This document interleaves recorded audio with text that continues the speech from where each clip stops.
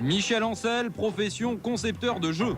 C'est le genre de cerveau que s'arrachent les studios de création. Lui travaille pour Ubisoft, un grand groupe français concurrent de Psygnosis. C'est à Montpellier qu'il a choisi de s'installer. Dans le prochain jeu, effectivement, il y aura une grande cité, quoi. On va certainement énormément s'inspirer sur les principes qu'il y a, un peu d'architecture, les rues étroites, les arches. On va piquer là des éléments, c'est évident.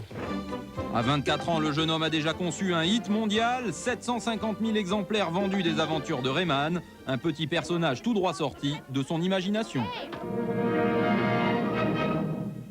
Arrivée du chef dans le studio de développement.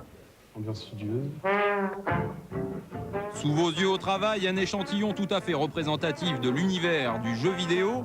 Graphistes, programmeurs et développeurs, aucun n'a atteint la trentaine.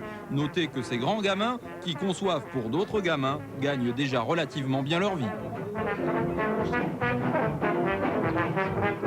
Je pense qu'on a une moyenne de salaire qui doit être effectivement de 12 000 à 19, 20, parfois beaucoup plus, quoi. Ça dépend en fait de la position et du rôle de chacun. Lui, c'est 20 000 francs parce que c'est le chef, c'est aussi l'auteur de Rayman, et à ce titre, il touche 1 franc sur chaque jeu vendu. On en est à 750 000. À 24 ans, ça arrondit les fins de mois.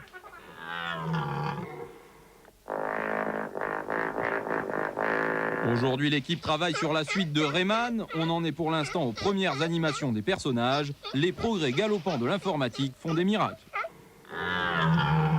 Donc ça, c'est typiquement dans le jeu après...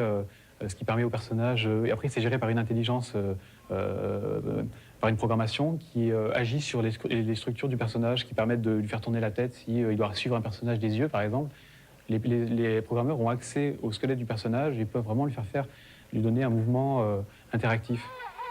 Rayman 2 doit sortir d'ici 1 an, vraisemblablement sur console Sony ou Sega. Il vise la clientèle européenne, mais aussi américaine et japonaise. Vu le prix de développement, environ 10 millions, il faut viser tout de suite le marché mondial pour rentabiliser un jeu. Il faut se positionner au niveau mondial, il n'y a plus le choix maintenant. De toute façon, c'est clair, le projet va être en concurrence avec des produits mondiaux. Souvent, il y a des sociétés qui mettent des moyens complètement faramineux. On peut vite être écrasé en fait, par toutes ces choses. Donc il faut qu'on parte avec plus de créativité, avec d'autres arguments.